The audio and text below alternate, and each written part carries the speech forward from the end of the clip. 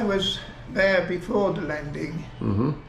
Now, for 3 years before the landing, this is when the Air Force begun to impose himself. And we had along Normandy, where I was, 13,000 bombs dropped on Normandy. Mm-hmm. They all fell to hit the targets.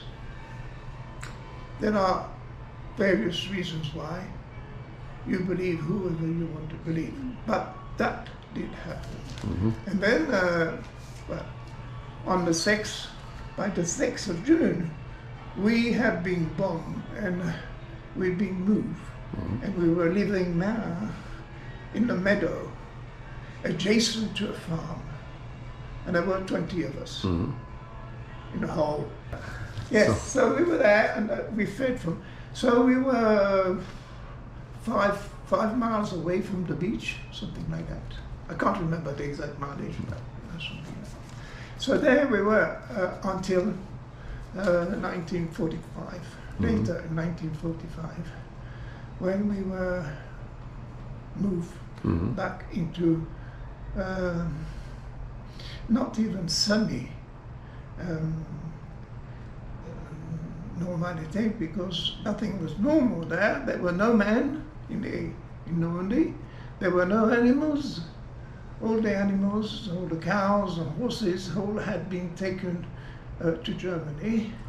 So that we had nothing, and life was very, very difficult.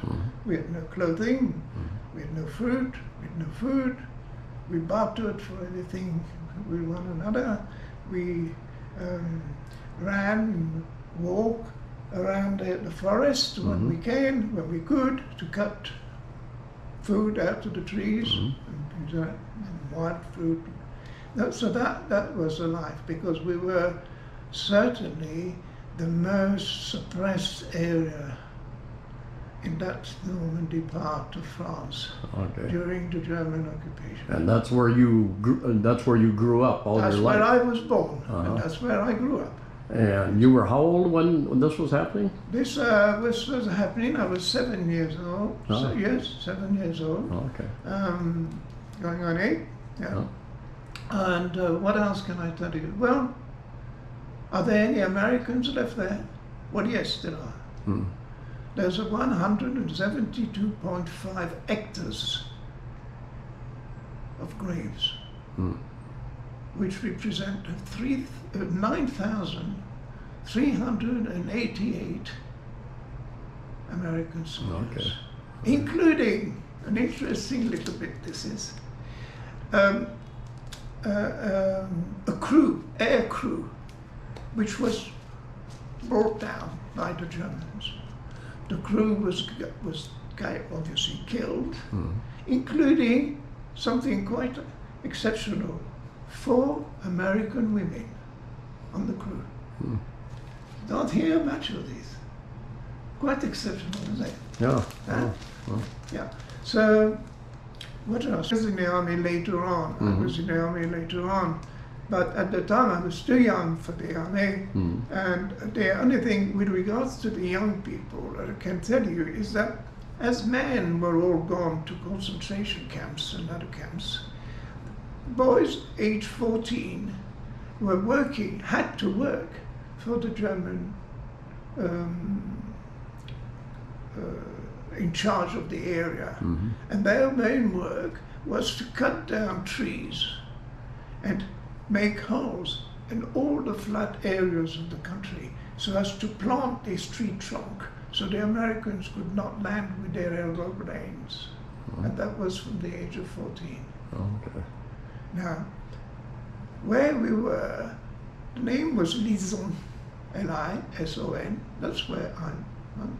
But the main attraction for the Germans there was that the railway junction was of importance for their movement of troops. Of course, they never hit the railway station. They hit all the bloody houses on the way around. But that's what war is about. But the thing is about every half a mile or so, there was a hut built. And those huts, 5 of the family people alive were sleeping in these huts. Now, in that region of France, and elsewhere I'm sure, but I'm talking about my region where I was, we had a strong maquis. The maquis was a French underground movement. Mm-hmm. And they specialized a lot in blowing up trains and blowing up railway tracks so that the trains moved. Right. So, whenever a track was blown, the nearest hut to where the train would be blown were shot in the morning, all of them. That was the punishment for them. Right.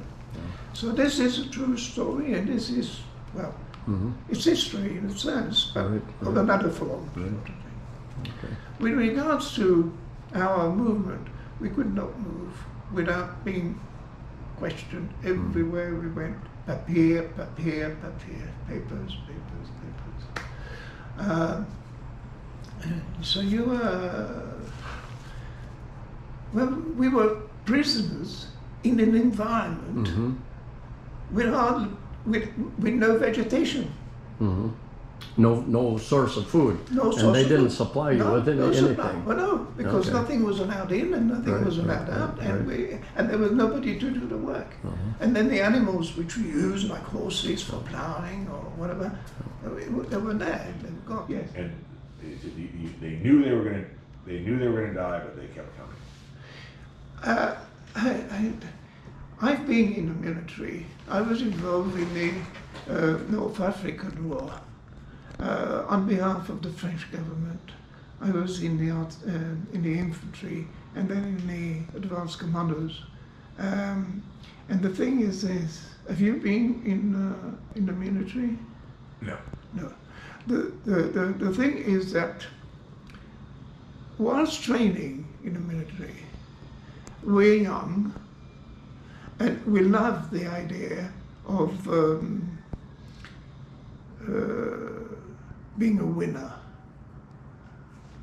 And this kind of blinds us about the dangers that are facing you, because you don't believe, you don't think about dying. And generally, the war develops itself. You know how?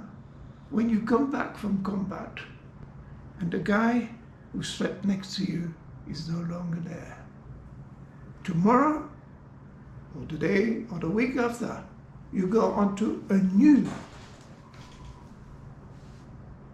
And there you go to revenge your pal. And from then on, you're a cookie. You kill anything that comes to you. Because that's your aim. That's your life. That's his life. You're fighting for him, for them, for that. You become mentally taken over. So it's very difficult for me to say that these American boys came. But the way they came, the youth, the beauty, the uniform, these guys were ready to have a fight. I don't think it ever occurred to them that they would never go back. But I can assure you that, as we know, I've mentioned to you a moment ago, that 9,388 graves are there in Normandy now, alive, well kept, because we respect the Americans, because we were liberated, we were given a new life. And America for us, for me certainly, is number one in the whole bloody world. Forget the politics, I'm not into that. I'm doing what people give, what you receive from people. And we have that. And if you go to Normandy, you will be proud of what the Normans do to maintain this respect. So, to answer your question, I don't think for a moment that these boys thought, but there was no question of them ever going back. Because the powerful installation of the German military was incredible. Incredible. The bankers were at 3 feet of cement all the way around. Cement. There was one British general who invented a new tank to demolish the bunkers. I mean, can you imagine? Do you know that next to Omaha Beach, 27 American tanks sunk at sea because of the bad weather? They never landed. These boys had no support. Infantry with no support. They were dead tanks. Half of them drowned, my friend, in the sea. They never even landed their feet there. You have to see that to believe it. You know, all the way on the road and everything, we were surrounded by dead bodies. Trucks came along with 2 soldiers and throwing the bodies inside. So it was. Taking their ID, you know, their chain with their ID, taking that off if they could, and if they didn't have it, they all went in there. And I don't think for one moment, I'm sure, they have their guns and everything. In transporters, when they get to the transporters were sinking, so were they as they came off it. With all that weight. With all that weight and that armament and everything, soaked to death, wind blowing, and no chance. In the first, I would say that according to history, in the first couple of hours of the landing, 1,000 Americans were killed. Just on that one beach. Just on that one beach, not counting those that are drowned, because we didn't know that yet. And we still don't to a large extent. You know, 70,000, something like that, of Americans that have disappeared. I believe possibly drowned. You know, it was well, if you read the history of it, the true history of it, they estimated, you know, you'll see that it's how can I say, it's just sending troops to the guillotine. They're not going to come back, they're not going to come back. And it took them a long time. Do you know that from this landing, from Omaha Beach, until we can consider the end of the landing, do you know when, do you have any idea when it terminated? How many days? Yes, I'll tell you. It terminated 2 months, 3 weeks, and 3 days later. 2 months, 3 weeks, and 3 days later. It was just not D for the day. D for the day was the day of arrival. The day went on. These guys, they're coming on. We were there. You know, they were fighting 5 kilometers from where I was at the farm. Well, no, maybe 10 more kilometers. They came to a bridge. And I tell you, the farm I was staying near, was the first American hospital in Normandy. And it became the first headquarters in Normandy of the landing. So we were busy. Dead bodies and blood everywhere. The whole lot. And then later they had headquarters arrive and started something. And you saw that as a child. Yes. So yeah. No. Yes. I lived there. I went there. Right. They were there. They went on. It just went on. But as I said, you know, this did not end until the 30th day of August, 1944. that was a continuation of Yeah. the landing. It was not, because a lot of people seem to think that it happened today and tomorrow it disappeared. God, don't be silly. They fought for bloody weeks. They fought along the roads, along the grounds. The Germans were so strong. And nobody has any idea how strong they were.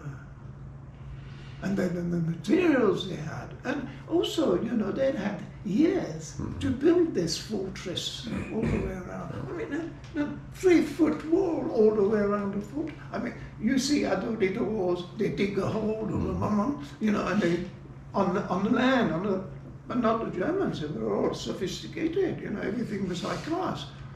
And believe me, I'm sorry, I tell you, where I live, as I told you about the railway station, there was a level crossing at the railway station, which was a junction to the main high road. I stopped at the age of 6, a full German convoy of 20 vehicles. I stood in the middle of the road with my arms up and my legs open and stopped the convoy. And I was taken by the officer of the first track. And I was let off by a German officer who knew me because he had an office near where I was living. And as he knew me, he came out and boom, boom, boom, boom, boom, boom, and they gave me back to him. I can't remember the date, but it did happen. It did happen. Cool.